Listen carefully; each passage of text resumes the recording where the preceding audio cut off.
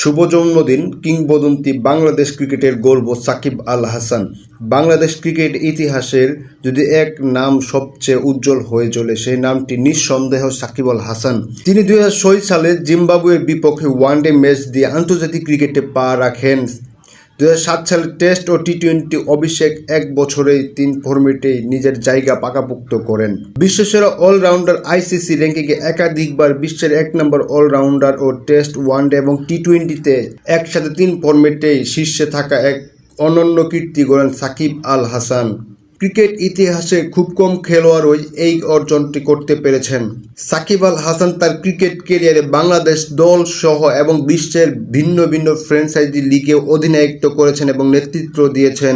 ক্যারিয়ারে নিয়ে তর্ক বিতর্ক হলে পরেও আলোচনা ও প্রত্যাবর্তন নিয়ে অনেক কাহিনী হয়েছে। ক্যারিয়ারে এসেছে বিতর্ক, নিষেধাজ্ঞা, কিন্তু প্রতিবারই ফিরে এসেছেন আরও শক্তিশালী হয়ে।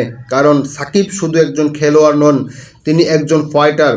বাংলাদেশ ক্রিকেটের ইতিহাস লেখা হবে, আর সেখানে সোনালী অক্ষরে লেখা থাকবে এক নাম, তিনি হলেন সাকিব আল হাসান।